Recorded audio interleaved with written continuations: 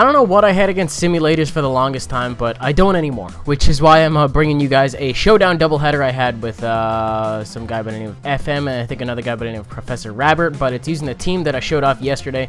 These are just some more test battles with it just to see how it goes, but we're going to jump right into it. So, Terrakion goes for Taunt, which means I can't Stealth Rock right off the bat. I can't do anything with this, so I'm actually going to switch out into my Gengar and then go right back out into my Kyurem because I don't want my Gengar taking any unnecessary damage, and I know I can take just about anything a Politoed has to offer. Seeing as how he switches out, he's probably going to end up being Choice, which is good information for later. I'm going to set up a sub just on the off chance he's going to end up doing something.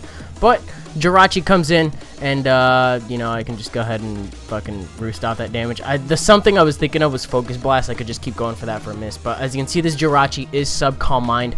I'm not too threatened by it, because I can always just come in and trick it with Gengar, and then that essentially cripples it. But as you can see, he's probably going to end up just having, I don't remember what he had right there. He's got Thunder, which only does 17%, and that's without screen support on this team, which I actually do have. I have the hazards, I have the screens. I had one guy get real butt mad about it yesterday. I'm going to post that log in the freaking video description because he was upset that I was using this, but it really works out for me. So he's going to go for Psyshock. As you can see, that's doing a little bit more. I think he gets like 2 or 3 paras right here, which is a little ridiculous. But because this Kyurem is sub-roost, I'm going to be able to roost off the damage barring any paralysis.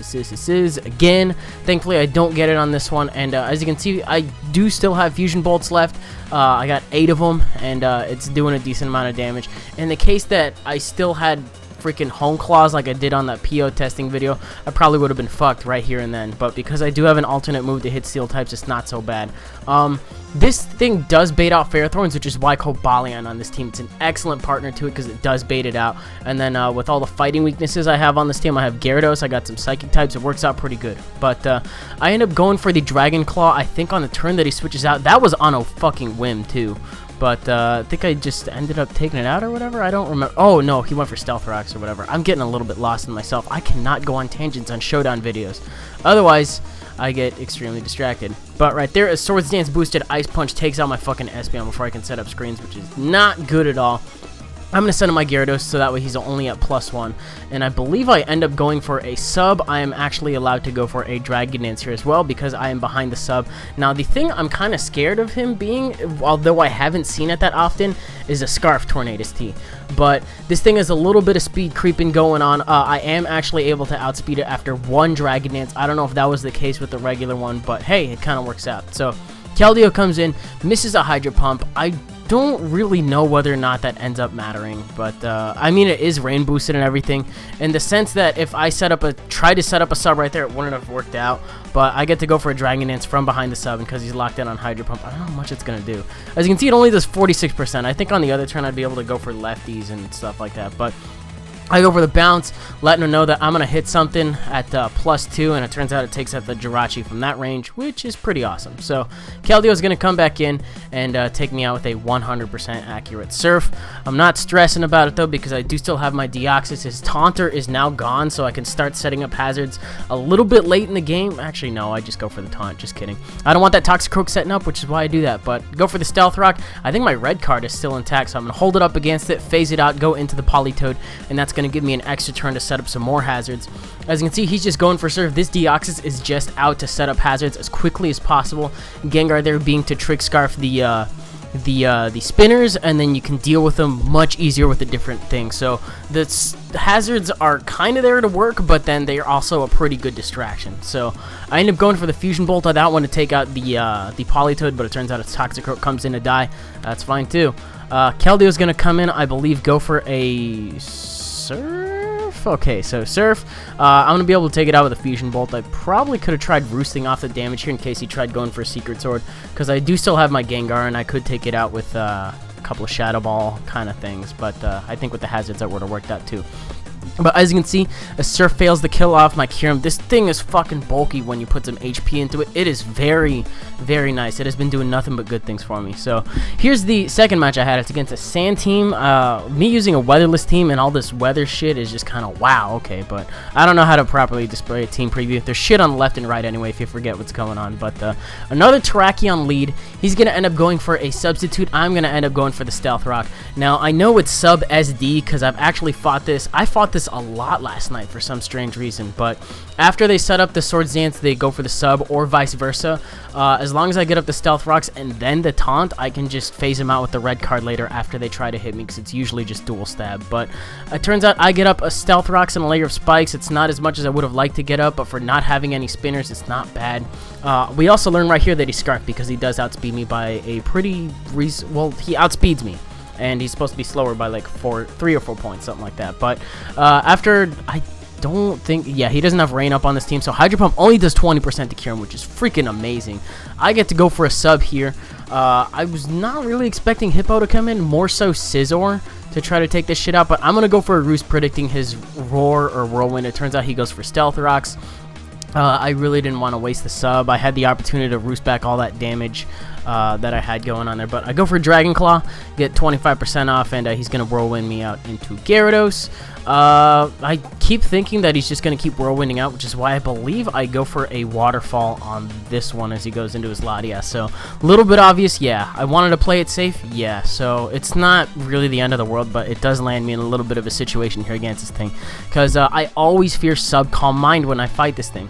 But it turns out he goes for Hidden Power. I don't know what he thought it was, or if he was expecting my Cobalion to switch in and take the Draco Meteor. That definitely could have been a possibility there. But I just did not want him being on the good side of the sub Calm Mind. So it turns out he's a Life Orb variant, I believe, with 3 attacks and recover. I like that build. I don't really run it too often though, but I outspeed it after 1 Dragon Dance, and I'm able to take it out with a bounce, so that is it's pretty hot. So Kevdale's going to come back in. Now, I didn't see a lot of variants with HP Electric that night, so it shouldn't really surprise me that this happens, but at the same time, it's kind of whatever.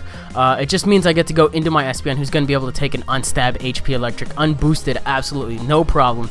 Get to set up my screens and just be good to go from there. So I'm a little bit down in terms of pokes, but I am getting my screens up right now, and I'll be able to turn it around quick enough. So got the Earthquake going on, doesn't really do too much damage.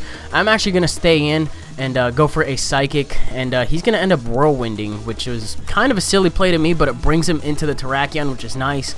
I know from the beginning of the game that this thing is not choiced. I want to be able to get some extra damage off on whatever wants to come in. The extra damage that the Terrakion just got from him whirlwinding it back in is going to be very important. So right here, no one really suspects HP Fire and Espeon either. Hello, like it's dual screening. You got Psychic, and then you got one other move. I guess HP Fire really isn't a thing, because you'd be surprised how many Fortresses I took out that night, and Scizor's to an extent too. But my Endurus is going to take me out with that. I'm not really too scared of this thing at all, to be honest. He's going to go for a Focus Blast. As you can see, it does not take me out, but I misclicked here, and then it was too late to cancel it. That was an honest misclick, but I can't really do shit about it, since I should have known that he probably would have been able to take me out from that range. I think I end up going for a Dragon Claw here, just leaving this thing in his death fodder. Turns out his Keldeo comes in. Hey, that's nice. Not that I was too worried about it, though, because my Gengar is Scarfed, which he's going to learn in a little bit, and it's going to be a pretty nasty surprise. So he takes me out with an Earth Power. That's cool, because everything is below 30%, and to the point where my Scarf Gengar can come in and take everything out with Psychic. You're probably knocking Psychic. I have Psychic on this thing just for Terrakion, just for this situation right here. In case it happened to be Scarf, this is Timid Scarf. So I happen to outspeed it by 3 points, and if it's got a little bit of Hazards damage on it, usually from 1 or 2 switch-ins, it actually does the job. And as you can see, it cleans out the rest of his team with Scarf Psychic. So it's not too shabby. I got a lot more Showdown videos with this team. I recorded a lot last night. I'm going to try to play other games and stuff like that, but this is a team I'm probably going to be binging on for maybe the next few days, and I'll try to vary it up and then maybe show these things like next week once I get them all stockpiled up, and just like give it to you in intervals over the next few weeks or something. But that's 2 Showdown battles that were a little bit quick. I'm sorry if they were too fast. It's kind of my first time uploading this shit to this channel, so if you want me to slow it down, let me know. If that's good, let me know.